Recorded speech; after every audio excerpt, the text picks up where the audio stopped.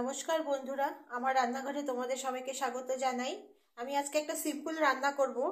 ठांडा पड़ेछे और आमादेर एदिके कालके बिस्टिओ हयेछे, सेइजोन्नो ठांडाटा एकटु बेशी पड़ेछे। तो आमी एखन करछि बेगुन छिम बेगुनेर चच्चड़ी, सर्षा दिये छिम बेगुनेर चच्चड़ी। शीतकाले एकटा माने खूब सांघातिक खावा एकटा। तो छिम बेगुनेर चच्चड़ी जेनारेलि शीतकालेई करा हय, कारण छिमटा अन्य समय पाওয়া যায় না। तो भीषण मिष्टि एबं खूब सुंदर एक रान्ना, एटा खेतेও खूब टेस्टी। तो एटार जोन्नो आमी एखाने जा जा निয়েছি সেটা হচ্ছে বেগুন নিয়েছি, ছিম নিয়েছি, এখানে আছে অল্প কালো জিরা আর এখানে আছে সরষা বাটা। এখানে সরষে আমি গুলে রেখেছি। তো এখানে আমি এখন কড়াই বসিয়ে দিয়েছি। এখন আমি কড়াইতে তেল দিয়ে দেব। একটু যতখানি দেওয়া হয় তার থেকে একটু বেশি দেব, কারণ একটু ঠান্ডা তো একটু তেল তেলা করে খেতে বেশি ভালো লাগবে। আর সরষাতে একটু তেলটা বেশি প্রয়োজন হয়। তো তেলটা মোটামুটি গরম হয়ে গেছে, কারণ কড়াইটা আগে থেকে গরম হয়েছিল। তো আমি এখন এটার মধ্যে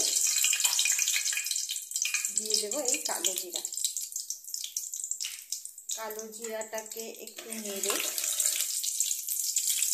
কালো জিরাটা জাস্ট কয়েক সেকেন্ড 20-30 সেকেন্ড একটু ফুটা মানে তেলের মধ্যে একটু দিয়ে রাখতে হবে, কারণ সেন্টটা বেরোবে তাহলে। আর তারপরে আমি এখানে দিয়ে দেব এই ছিম আর এই বেগুন।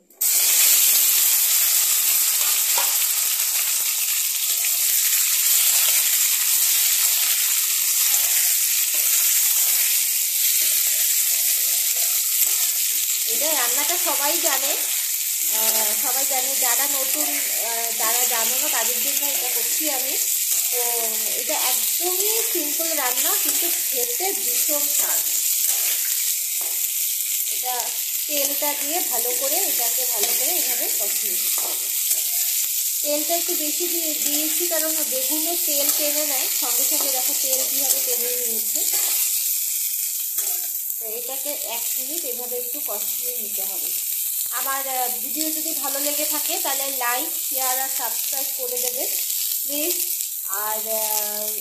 আর অন্য কোনো ধরনের রেসিপি তোমাদের যদি জানা থাকে, তোমরা যদি জানো তাহলে সেটা আমার সঙ্গে শেয়ার করো। আমি সেই ভিডিওগুলো শেয়ার করব। আর আমার রেসিপি যদি ভালো লেগে থাকে তবে লাইক, শেয়ার আর সাবস্ক্রাইব অবশ্যই করবে। আমি অনেক বারবার করে বলছি, রিকোয়েস্ট করছি তোমাদেরকে, ভালো লেগে থাকলে লাইক, শেয়ার আর সাবস্ক্রাইব করবে। তো আমি এটা একটু ভাজা ভাজা হয়ে গেছে।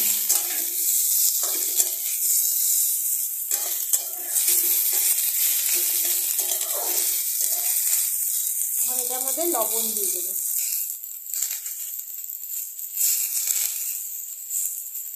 লবণটা পরিমাণ মতো একবারে দিয়ে দিলাম, পরে আর লবণ দরকার নেই। লবণ একটু কমই দিলাম, কারণ সরষেতে অলরেডি লবণ দেওয়া আছে।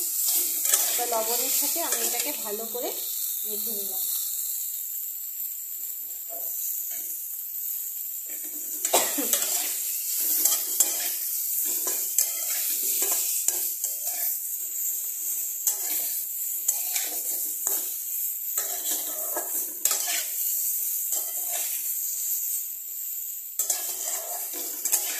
এটা মোটামুটি একটা ভাজার মতো হয়ে গেছে।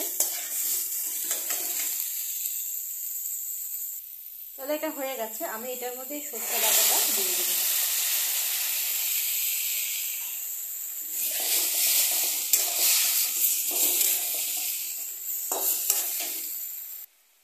এখন এটার মধ্যে অল্প একটু মিষ্টি দিয়ে দেবো, বেশি না, জাস্ট একটু মিষ্টি, স্বাদটাকে ব্যালেন্স করার জন্য। তো আমার এটা সরষা দিয়েও বেশ অনেকক্ষণ কষানো হয়ে গেছে। তো আমি এটার মধ্যে জল দিয়ে দেবো।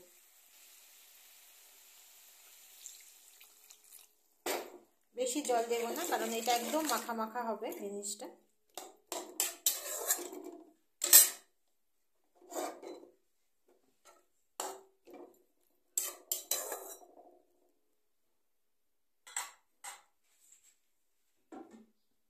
দিয়ে ঢাকা দিয়ে দেবো। 5 মিনিট পরে এটাকে দেখবো কি অবস্থায় আছে।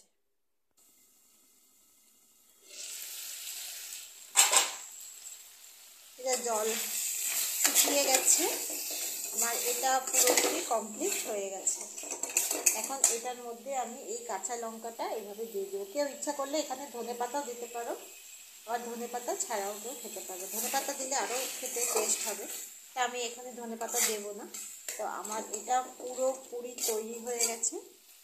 তোমরা এইভাবে বানিয়ে, একদম সিম্পল রান্না, এটা একদমই সিম্পল রান্না। ছিম বেগুনের চচ্চড়ি আরও অনেক ধরনের হয়, এটা একদমই সিম্পল। তো আমার রেসিপিটা ভালো লাগলে আমি আবার বলছি লাইক, শেয়ার আর সাবস্ক্রাইব করে দেবে। তো আমি এটাকে এখন গরম গরম নামিয়ে এখন আমি ভাতের সাথে গরম গরম সার্ভ করবো। এটা আমার একদম রেডি হয়ে গেছে। তো আজকের জন্য আমি এটা আমি আজকে শেষ করলাম। তো নেক্সট আমি খুব শিগগিরই আবার ভিডিও নিয়ে আসব, নেক্সট ভিডিও নিয়ে আসব। তো আশা করছি তোমাদের এই রেসিপিটা ভালো লাগবে, ভালো লেগেছে দেখে। তো এভাবে তোমরা একবার বানিয়ে খেয়ে দেখো, খুব ভালো লাগবে। তো এখন আমি শেষ করছি। তো এখনকার জন্য টাটা।